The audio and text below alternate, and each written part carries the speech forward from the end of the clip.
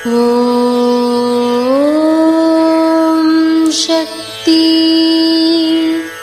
ஓம் சக்தி. ஓம் சக்தி. மகனே, உனக்கு இப்பொழுது வந்துள்ள சொந்த பந்தம், வீடு வாசல், மக்கள் மனைவி, பேர் புகழ், வசதி வாய்ப்பு இவையெல்லாம் இடையில் வந்தவை, இடையில் போகின்றவை. இதற்கெல்லாம் அழாதே.